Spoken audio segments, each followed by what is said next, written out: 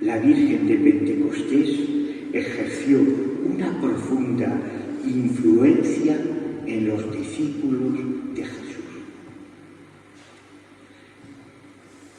Cumplía el mandato de Jesús que le había dicho que guardaran en la ciudad santa, que era Jerusalén, el envío del Consolador prometido. Fueron días de espera alrededor de María, que humanamente, lógico, es lo que nos cuenta la Sagrada Escritura. Al perder compañía física de su maestro, fijaros lo que sí, los más íntimos se reúnen en torno a la madre. Ya no estaba el maestro, habían estado 3 años con él. Había subido ante los ojos de ellos al cielo, a la diestra del Padre, y había quedado la madre, que tanto le recordaría a Jesús.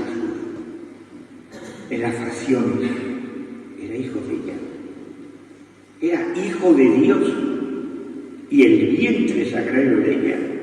San José es meramente un educador de ese niño y de esa sagrada familia.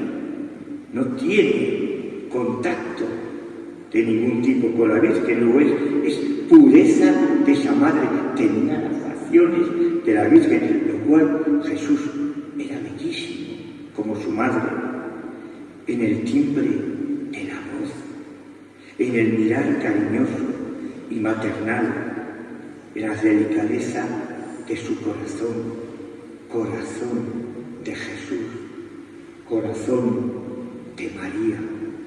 Sé la salvación mía, y sobre todo en la paz que derramaba alrededor. Fijaros qué meditación más real y más concretizada de ese cenáculo a la espera de que llegara ese Pentecostés. Y dice, no todo era rezar en aquel cenáculo, aunque esto es muy importante, sobre todo para las nuevas generaciones de chicos. Aunque al estar el pensamiento continuo con Jesús era una verdadera oración. Repito, aunque al estar el pensamiento continuo en Jesús era una verdadera oración. Quiere decir que la persona que lleva a Dios dentro, esté en donde esté, está orando al Señor. El ora elabora de todas las órdenes fundacionales de San Benito, la orden del Ciste, los Trapenses, los Jerónimos, ora, reza y trabaja. Porque aunque rece con la oración, con la liturgia de las horas, con tus devociones, si llevas a Dios dentro, es también oración.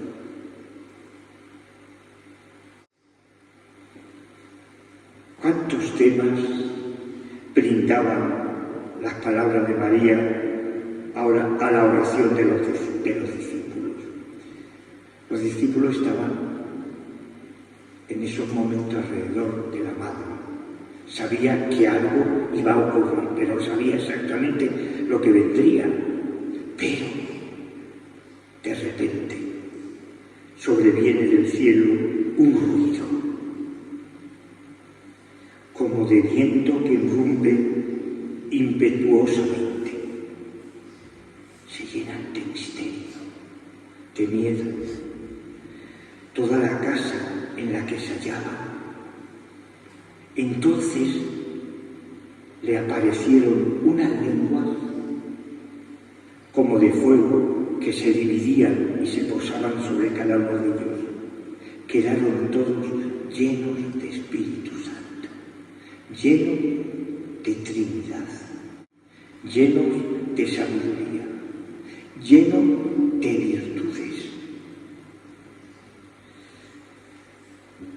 Pobre del que se aleja de este espíritu, ya sea sacerdote, ya esté en una congregación, ya profese como monja, ya profese en el matrimonio, como padre de familia o madre de familia, o soltero consagrado, o soltera consagrada, pobre el que se aparta del Espíritu.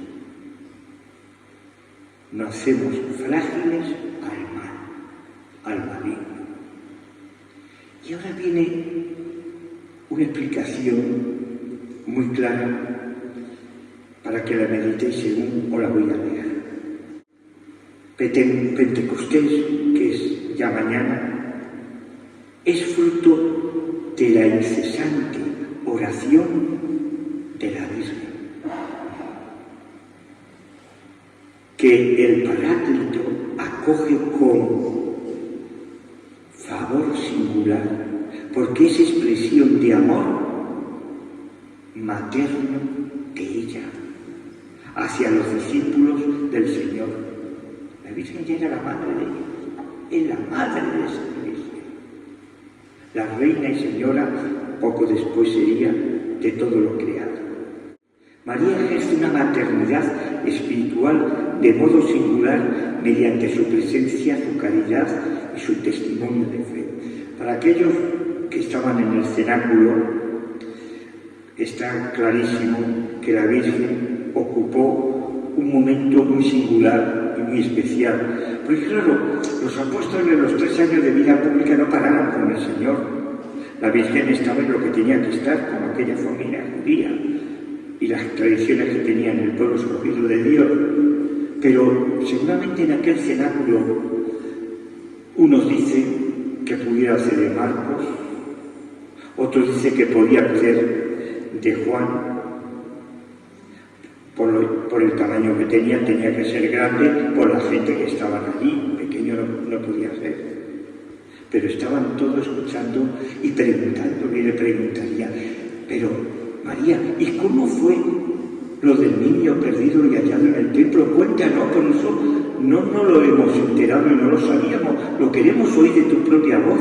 ¿Y cómo era Jesús de chiquitín? ¿Y cómo llevaba la adolescencia? ¿Y cómo trabajaba en la carpintería con su padre, con José? Entonces son preguntas normales de entonces y ahora que le harían a la Virgen. Cuando los apóstoles se dispersaron por el mundo entero, la Santa Madre de Cristo, como Reina de todos, vivían en el centro del mundo, en Jerusalén, en Sion, con el apóstol predilecto que le había sido dado como hijo por nuestro Señor Jesucristo. Madre, ahí tiene a tu hijo, en la cruz. Hijo, ahí tienes a tu madre. Y cumplieron. Juan estuvo con ella hasta que la Virgen muere y es elevada a los cielos en cuerpo y alma. La muerte de la Virgen, he querido yo consultar, que muy bonito, la vida oculta de la Virgen, de esa beata estigmatizada alemana, Agustina, por cierto, Ana Catalina Emery. Y Ana Catalina Emery, en uno de los éxtasis, ve la muerte de la Virgen de la siguiente manera. Os va a ayudar muchísimo. Nos centramos en ella. Ve cómo la Virgen anciana muere. Al lado estaba Juan y una muchacha que era la que le cuidaba. En ese momento toda la estancia se llena de un resplandor. Ve la beata Ana Catalina Emery y baja una legión de ángeles a por el alma. Y allí queda el cuerpo. Prepararon un sepulcro en piedra, sencillo, pequeño, y la embalsamaron como hicieron con el Señor, con su Hijo, con todos los cadáveres, con todos los que morían, en aceite perfumado, con aroncema, con lavanda, con romero, con tomillo. El aceite no es volátil, pero dura mucho el perfume, y la envolvieron en ese sudario, en esas ventas. y la pusieron en ese sepulcro.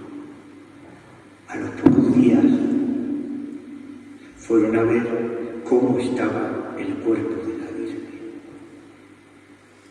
y no existía el cuerpo de la Virgen en aquel sepulcro.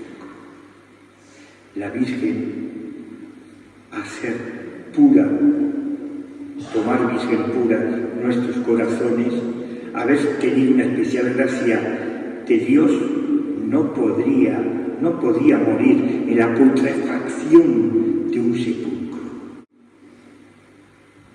El cuerpo se une al alma y la Virgen es coronada como Reina y Señora de todo lo creado.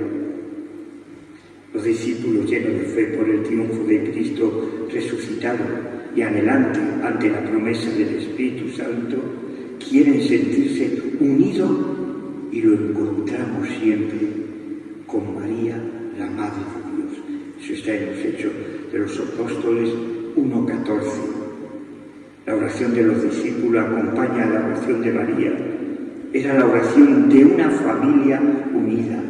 Esto es importantísimo en los términos que llegan, que vamos ahora camino a la Iglesia, la unidad de la familia de bautizados, la unidad en un convento, las barbaridades que estamos viendo, la obediencia al Papa, la obediencia a tu obispo, a tu pastor, la obediencia a tu director espiritual que ha puesto ese obispo, saber dónde está el bien y dónde está el mal.